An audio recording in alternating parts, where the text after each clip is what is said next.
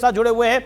आपका बहुत बहुत शुक्रिया सीपी जोशी हमारे साथ जुड़ने के लिए। इस महत्वपूर्ण दिन पर आपका अभिनंदन है हमारे साथ जुड़ने के लिए। मैं सीधा रुख करता हूं सुधांशु त्रिवेदी का। सुधांशु त्रिवेदी, क्या आपको लगता है कि जो बीजेपी उम्मीद कर रही थी कि तीनों राज्यों में हिंदी पट्टी के क्लीन स्वीप होगी, ऐसा नहीं होता हुआ दिख रहा, एक क्लोज कंटेस्ट दिखाई दे रहा है और तेलंगाना में कांग्रेस की वापसी या फिर कहे पहली बार कांग्रेस की सरकार बनती हुई दिख रही है? यानी का राहुल गांधी का जादू तेलंगाना में चला है, राहुल गांधी की भारत जोड़ो यात्रा का असर हमें मध्य प्रदेश में देखने को मिल रहा है। Your tech. देखिए, वास्तविकता यह है कि चुनाव से पूर्व जो विश्लेषण किए जा रहे थे, जिसमें ये इस प्रकार की संभावनाएं व्यक्त की जा रही थी कि कांग्रेस बहुत अच्छा प्रदर्शन करने जा रही है, तो अगर हम आपके पोल को माने, एग्जिट पोल को, अभी हम सिर्फ एग्जिट पोल पर ही आधारित होकर बात करते हैं, तो राजस्थान और मध्य प्रदेश में भारतीय जनता पार्टी स्पष्ट बहुमत के साथ आगे है। और हमारा ये अनुमान है, जो हम लोगों के पास जानकारी है, कि ये स्पष्ट जनादेश नहीं होगा, ये निर्णायक और प्रभावी जनादेश होगा। राजस्थान में प्रचंड जनादेश भी हो सकता है। छत्तीसगढ़ में जहां ये माना जा रहा था कि बीजेपी को एकदम राइट ऑफ कर दिया गया था, वहां पे आप देखें कि आपका एग्जिट पोल और जो अन्य एग्जिट पोल है वो मामले को बहुत नजदीकी बता रहे हैं। अभी आपके सामने टी.एस. सिंहदेव जी बैठे थे और उन्होंने क्या बोला कि 35 के आसपास तो वो लोग थे। इसका अर्थ क्या हुआ कि आज चूंकि अब चुनाव समाप्त हो चुके हैं, पोलिंग समाप्त हो चुकी है, कांग्रेस के इतने वरिष्ठ नेता यदि यह बात मान रहे हैं कि भारतीय जनता पार्टी एक प्रभावी स्थिति में खड़ी है, तो समझ लीजिए जिस दिन चुनाव परिणाम आएंगे उस दिन यह प्रभावी स्थिति निर्णायक रूप से भारतीय जनता पार्टी के पक्ष में नजर आएगी।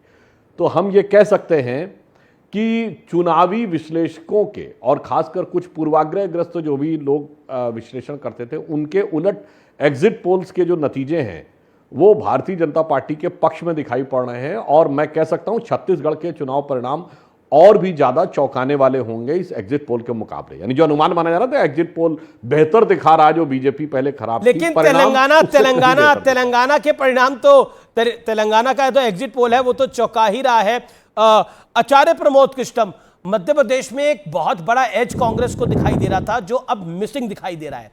छत्तीसगढ़ के अंदर एक लैंडस्लाइड विक्ट्री की जो उम्मीद थी वो भी मिसिंग दिखाई दे रही है। राजस्थान के अंदर चला चली की बेला है, बीजेपी की सरकार दिखाई दे रही है। क्या कहना चाहते हैं? उत्साहजनक मानो तो है और ना मानो तो कुछ भी नहीं है। आचार्य जी,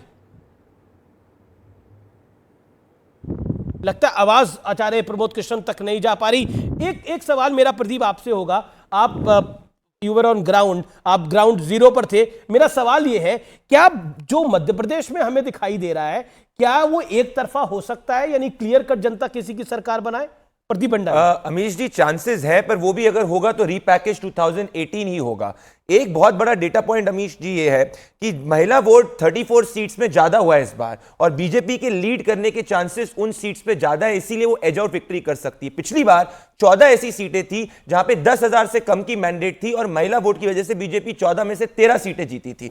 तो एक तरफा इसीलिए नहीं है क्योंकि कई जगह कैंडिडेट्स के खिलाफ बहुत सॉलिड एंटी इनकम्बेंसी है, पर वो वेव किसी के फॉर्मेट में इसलिए नहीं है क्योंकि महिला वोट का और पुरुष वोट का पूरा सेंटिमेंट अलग है। महिलाओं में बदलाव का सेंटिमेंट देखने को नहीं मिला है, परंतु पुरुषों के अंदर जो पर्टिकुलरली मेन वोट है वो अपने कैंडिडेट और अपने संभाग के अंदर, अगर ग्वालियर, चंबल, महाकौशल हो गया, वहां पे वो अलग अलग तरीके से गए। तो मध्य प्रदेश मेरे हिसाब से आप बहुत कंफर्टेबल नंबर दे रहे हैं जन की बात के अंदर। 100 से 123 जो आपका एग्जिट पोल है, 100 to 123 भारतीय जनता पार्टी, कांग्रेस 102 से 125। यानी आप कह रहे हैं किसी की भी सरकार बन सकती है। 2018 के अंदर भी अगर अमीश जी आपको याद होगा, रात के 11 बजे तक काउंटिंग चली थी और 107-108 सीट तक बीजेपी पहुंची। अच्छा, आप ग्राउंड पर रहे, एज किसका दिखाई देता है मध्य प्रदेश के अंदर सरकार बनने की? मेरे हिसाब से बीजेपी के मध्य प्रदेश के अंदर चांसेस सरकार बनाने के ज्यादा है। रिटेन कर सकती है, हाँ, मतलब 18 साल बाद भी, क्योंकि महिला वोट जो है उसमें सेंटिमेंट ऑफ चेंज नहीं हुआ है। महिला वोट जो है उसको वेलफेयर बेनिफिट्स जो मिले हैं उसके कारण बीजेपी रेस के अंदर है, परंतु कैंडिडेट्स के खिलाफ एंटी इनकमेंसी है, इसीलिए वो 40 सीट जो उसकी मार्जिन 5,000 से कम है। कांग्रेस अगर पीछे रहती है तो सिर्फ महिला वोट ना मिलने के कारण अगर रहेगी, और गुटबाजी है कांग्रेस के, गुटबाजी दोनों के अंदर है, पर महिला वोट जो है वो कांग्रेस मेजर पुल नहीं कर पा रही, इसी कारण नहीं कर पा रही है, पीछे हो पाएगी। ठीक है, मैं राजस्थान पर तो लगभग क्लैरिटी है कि वहां पर बीजेपी का एक बड़ा एज दिखाई दे रहा है। छत्तीसगढ़ पे मैं आऊंगा, तेलंगाना पे मैं आऊंगा, लेकिन आचार्य प्रमोद कृष्ण मेरे साथ इस समय जुड़ गए हैं। आचार्य जी, मेरा सीधा सवाल है, मध्य प्रदेश में एक बड़ी बढ़त दिखाई दे सकती थी कांग्रेस के अंदर, लेकिन ऐसा लग रहा है कि बीजेपी ने वहां पर अपनी पकड़ को मजबूत करा है। क्या आपको लग रहा है इंडिया गठबंधन बनने के बाद जो हिंदुत्व को गाली दी गई वो भी इंपैक्ट करा है, सनातन को जो गाली दी गई? देखिए अमित जी, पहली बात तो अमित जी पहली बात तो ये है, ये एग्जिट पोल है, एग्जैक्ट पोल नहीं है भाई, और इस पे ज़्यादा कुछ कहना सुनना उतना मुनासिब नहीं होता, उतना ठीक नहीं होता है, उतना उचित नहीं होता है। मगर जो दिखाया जा रहा है उससे मुझे थोड़ा सा आश्चर्य है। आश्चर्य इस बात को लेके है कि भाई छत्तीसगढ़ में जिस तरह से बीजेपी ने भूपेश बघेल जी को टारगेट किया, उनके ऊपर हमले किए, बहुत ही ब्लो लेवल उनके ऊपर इल्ज़ाम लगाए, किसी को पकड़ा तो कह दिया 5 करोड़ रुपए ले लिया, किसी से कह दिया 508 करोड़ दे दिया, तो उससे जनता की सिंपैथी भूपेश बघेल जी की तरफ आई और उसमें उनको काफ़ी बढ़त मिलनी चाहिए थी। लेकिन छत्तीसगढ़ में जितनी कांग्रेस को बढ़त मिलनी चाहिए थी उतनी नहीं दिखाई दी है, इससे मुझे आश्चर्य है। दूसरी बात है मध्य प्रदेश की बात। मध्य प्रदेश में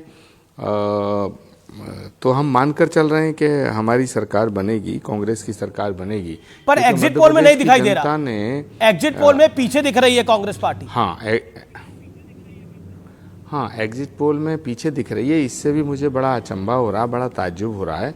और मैं तो ये मान के चल रहा था कि मध्य प्रदेश में बिल्कुल सरकार बनने जा रही है और कमलनाथ जी मुख्यमंत्री। और राजस्थान में आचार्य जी, राजस्थान में क्या लग रहा था आपको?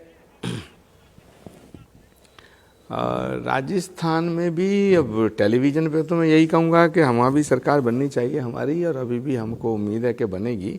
बाकी हमारे अंदरूनी जो टेलीविजन पे कहेंगे, वैसे आपको भी भरोसा था कि सरकार नहीं बनेगी। आज कहना ठीक नहीं है। अब अमीश देवगन जी इतना सीरियस नहीं हुआ करते, जिंदगी नहीं, मैं तो मुस्कुरा के पूछ रहा हूं आपसे सर। और वैसे भी आज तो आपको अच्छा, एक इंटरेस्टिंग प्रदीप को स्क्रीन पे लेके आइए। प्रदीप, एक इंटरेस्टिंग आंकड़ा मैं आपसे जानना चाहता हूं, ये जो 3 अन्य आ रहे हैं मध्य प्रदेश में, कहीं समाजवादी पार्टी तो नहीं है? नहीं, इनमें से समाजवादी पार्टी नहीं है, एक भी नहीं है इसमें, एक भी समाजवादी पार्टी नहीं है। कुछ बीएसपी के रिबेल, जो बीजेपी और कांग्रेस ने कई लोगों को जो टिकट नहीं दिया उनको बीएसपी ने टिकट दिया है, तो इसमें से कुछ बीएसपी है, कुछ इंडिपेंडेंट्स हैं, वो इसमें आ रहे हैं। समाजवादी पार्टी की लास्ट टाइम 2-3 सीट्स थी उधर, और एक बेल्ट है, एक पट्टी है जहां सपा का वोट बैंक है। अच्छा, देखिए वो वोट अल्टीमेटली वहां पे वो कैंडिडेट का वोट है, तो क्या होता है कि वो क्या सपा का कोई कैंडिडेट जीतने की हो सके तो एक जीत सकता है, एक से ऊपर नहीं, एक से ऊपर नहीं। ओके अनुराग, क्या आपको लगता है कि कांग्रेस ने आपका दिल तोड़ा, आपने उनकी सरकार ही नहीं बनने दी मध्य प्रदेश के अंदर? देखिए राजनीति में इस तरह की बातों का कोई महत्व नहीं होता है। राजनीति में हर व्यक्ति अपना चुनाव लड़ता है, पार्टी अपना चुनाव लड़ती है। समाजवादी पार्टी वहाँ पे अपने दमखम पे, चूंकि समाजवादी पार्टी की वहाँ पे सीटें पहले भी रही हैं और समाजवादी पार्टी कार्यकर्ता है, समाजवादी पार्टी वोटर है, इसलिए समाजवादी पार्टी वहाँ पे लड़ी और समाजवादी पार्टी की सीटें, आप देखिए प्रदीप भंडारी जी की तो हम बात पे कैसे विश्वास करें। वो अपनी बात को बार बार काट रहे हैं, कह रहे हैं कि महिलाओं का वोट बीजेपी की तरफ जा सकता है। फिर आप पूछ रहे हैं कि 30% जाएगा तो फिर क्या बीजेपी की सरकार बन जाएगी? नहीं, जो कैंडिडेट है उनकी उनके विरोध में वोट पड़ सकता है, क्योंकि एंटी इनकम्बेंशन। तो नहीं, एक मिनट मेरी बात हो जाए तो वो पहले ये तय कर ले कि क्या कैंडिडेट का भी विरोध है वहां पे या महिलाओं का वोट है। वो अपनी बात को बोलते हैं बनेगी, फिर कहते नहीं कैंडिडेट का विरोध है, वहां पे जो जीते हुए वहां कैंडिडेट है उनका भी विरोध है। तो मुझे इस बात में थोड़ा सा आश्चर्य लग रहा है कि अपनी बात को बार बार ऊपर रख रहे हैं, फिर अपनी बात को नीचे रख देते हैं। सवाल ये नहीं है, सबसे बड़ा सवाल ये है, अब सुधांशु जी की बात सुन लीजिए। अब सुधांशु जी एग्जिट पोल को एग्जिट पोल मान बैठे हैं, अब उनको जनता पे विश्वास नहीं रहा है, अब एग्जिट पोल पे विश्वास हो गया है। अरे अब जनता का विश्वास होता तो आप डंकी की चोट पे बोलिए कि आपकी कितनी सीटें आ रही है राजस्थान में। एक बड़ा नंबर आ रहा है, एक बड़ा नंबर आ रहा है। मैं ब्रेक के बाद उस बड़े नंबर पे आऊंगा। आप देख रहे हैं एग्जिट पोल, ये एग्जैक्ट पोल नहीं है। 3 दिसंबर को फाइनल नतीजे आएंगे। ब्रेक के बाद वापस आ रहा हूं एक बड़े आंकड़े के साथ, बहुत बड़ा आंकड़ा है।